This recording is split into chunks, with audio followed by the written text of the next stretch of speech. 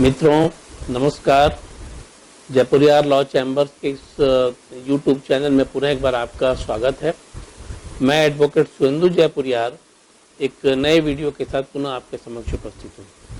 जैसा कि आप लोगों ने पिछले वीडियो में देखा और सुना होगा कि मैंने आप लोगों को कोर्ट रूम प्रोसीजर की बात बतलाई थी, जिसमें मैंने आप लोगों को एफआईआर से लेकर बेल तक के जो प्रोसीजर हैं, कैसे फाइल होता है, कैसे बेल पिटीशन को तैयार किया जाता है, इन सारी चीज़ों की बात मैंने आपसे की थी। अब मैं आप बेल के आगे ट्रायल की बात करूंगा कि उसमें क्या क्या प्रोसीजर को फॉलो किया जाता है और क्या क्या एक वकील को जानना होता है। मैं यहाँ एक बात और आपको बता दूं कि सिर्फ वकील को ही नहीं बल्कि जो क्लाइंट हैं उन्हें भी इन सारी चीज़ों को जानना आवश्यक होता है, जिससे कि वह बेहतर तरीके से अपने केस को समझ सकें। तो मित्रों, मैं इस वीडियो में आप लोगों को आगे ट्रायल में जो प्रोसीजर है उसकी चर्चा मैं करूंगा। कोर्ट के अंदर जो प्रोसीजर चलते हैं उसकी चर्चा मैं करूंगा।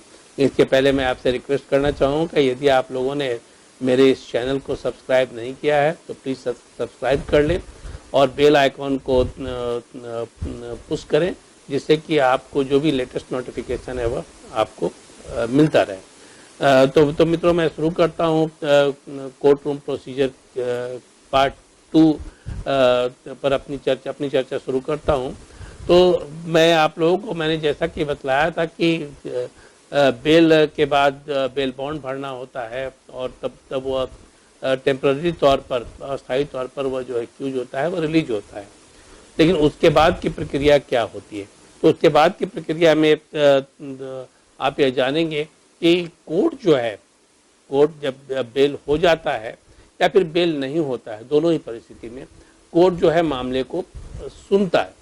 पहले जो है वह सारी बातों को सुनता है, एक्यूज की बातों को सुनता है, और उसको यदि यह लगता है कि इसमें मैटर में कोई भी जान नहीं है, इस केस में कोई भी दम नहीं है, कोई भी एविडेंस नहीं है, तब ऐसी स्थिति में वह उसे डिस्चार्ज कर देता है। वहीं पर वहीं बिना ट्रायल के उसे वह डिस्चार्ज कर देता है। तो मैं आपको यह बता दूं कि कोर्ट सारे मामले को सुनता है और सुनने के बाद यदि उसे लगता है कि मामले में कोई भी दम नहीं है, कहीं पर कोई एविडेंस नहीं है एक्यूज के खिलाफ, तो उसे वह वहीं वह डिस्चार्ज कर देता है। लेकिन यदि वह डिस्चार्ज नहीं करता है और वो लगता है कि वह मामले में कुछ दम है, कुछ एविडेंस है, तब ऐसी स्थिति में वो वहाँ पर वह चार्ज फ्रेम करता है। ठीक है ना, तब चार्ज फ्रेम करता है। ये मैं आपको एक चीज़ और भी यहाँ पर बता दूँ जो वकालत के दृष्टिकोण से बहुत ज़रूरी है कि चार्ज फ्रेम करने के पहले कोई भी व्यक्ति डिस्चार्ज पिटीशन फाइल कर सकता है। यदि कोर्ट ने डिस्चार्ज नहीं किया है तब ऐसी स्थिति में कोई भी व्यक्ति जो एक्यूज है वो अपने वकील के माध्यम से डिस्चार्ज पिटीशन फाइल कर सकता है और यह प्ली कर सकता है कि इसमें मेरी कहीं कोई गलती नहीं है, इस केस में कोई एविडेंस नहीं है, इसलिए मुझे डिस्चार्ज कर दिया जाए। यदि कोर्ट डिस्चार्ज नहीं करता है तो ऐसी स्थिति में चार्ज फ्रेम कर दिया जाता है। लेकिन जब चार्ज फ्रेम किया जाता है तो उस समय एक्यूज को वहाँ पर मौजूद रहना आवश्यक होता है। कोर्ट के सामने एक्यूज जो है वह मौजूद होता है और एक्यूज के सामने वह चार्ज को एक्सप्लेन किया जाता है। साथ ही साथ उससे पूछा जाता है कि वह प्लीड गिल्टी करते हैं या नहीं करते हैं, अर्थात वो अपना अपराध स्वीकार करते हैं या नहीं स्वीकार करते हैं। तो नेचुरली कोई भी अपराधी जो है वो अपराध तो स्वीकार नहीं करता है, और यदि कभी कभी ऐसा होता है कि वो अपराध स्वीकार कर लेता है क्योंकि लगता है कि उसके खिलाफ ही सारे एविडेंस हैं, तब ऐसी स्थिति में उसे वह सज़ा सुना दी जाती है, फिर आगे ट्रायल नहीं चलता है। लेकिन यदि वह नहीं स्वीकार करता है, यदि प्लीड गिल्टी नहीं करता है, तब ऐसी स्थिति में वहाँ पर पुनः प्रक्रिया, ट्रायल की प्रक्रिया स्टार्ट होती है। और तब उसके बाद कोर्ट जो है वो एग्जामिनेशन इन चीफ करता है। मतलब कहने का तात्पर्य यह है कि वह कोर्ट जो है वह गवाहों का जो विटनेस है उनका स्टेटमेंट लेता है। मैं यह बात बतला दूं कि यह एग्जामिनेशन इन चीफ का जो प्रोविज़न है वह सीआरपीसी में नहीं है, बल्कि वह इंडियन एविडेंस एक्ट में इसका प्रोविज़न किया गया है, सेक्शन 137 में।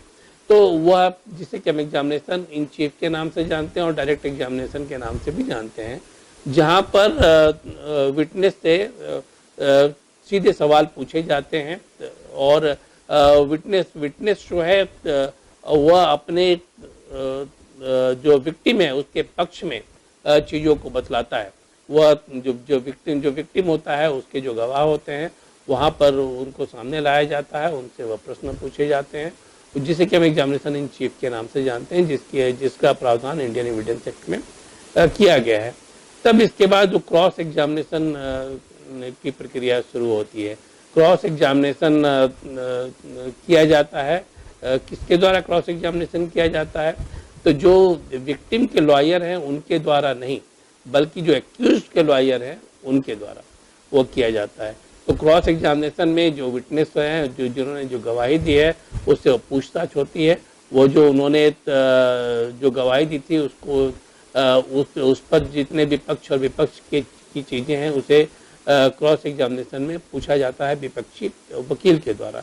तो इसे हम क्रॉस एग्जामिनेशन के नाम से जानते हैं। और क्रॉस एग्जामिनेशन के बाद जो है वो आर्गूमेंट होता है।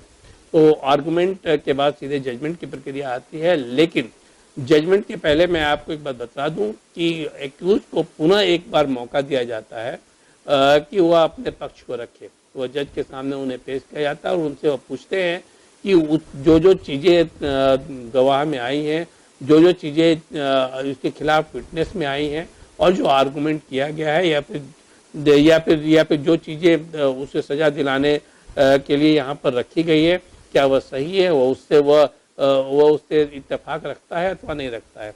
तो एक्यूज की बात को यहाँ पर सुना जाता है। पुनः एक बार एक्यूज की बात को पूरी तरह से जज सुनते हैं। और मैं आपको एक बात और भी बता दूं कि सेक्शन 313 में इसका प्रोविजन किया गया है कि किसी भी स्टेज पर जज कर सकते हैं। ऐसा नहीं है कि यह केस के लास्ट में ये सारी चीज़ होती, किसी भी स्टेज पर यह वो जज कर सकते हैं। और उसको सुनने के बाद जज जो है वह सारे दोनों पक्षों के चीज़ों को देखते हैं, समझते हैं, जो ऑनरेबल जज होते हैं, और तब उसके बाद वो अपना जजमेंट सुनाते हैं। और एक बात और भी आपको बता दूं, जब जजमेंट दिया जाता है तो जजमेंट की कॉपी एक जो एक्यूज होते हैं, जो कि अब जब जजमेंट के बाद यदि उसकी रिहाई होती है तो ठीक है, तो वह फिर और या फिर नहीं होती है तो वह कन्विक्ट के रूप में जाना जाता है। उसे वहाँ से जेल भेज दी, यदि वह सज़ा सुना दी जाती है तो उसे कोर्ट से ही जेल भेज दिया जाता है। इसके बाद अपने जो जजमेंट को निकालने की प्रक्रिया है वह की जाती है, अपील में जाया जाता है। अपील के लिए समय दिया जाता है, जिसकी चर्चा मैं बाद में जब हाईकोर्ट के मुद्दों पर आऊँगा तब मैं इसकी चर्चा आपके सामने करूँगा। नमस्कार।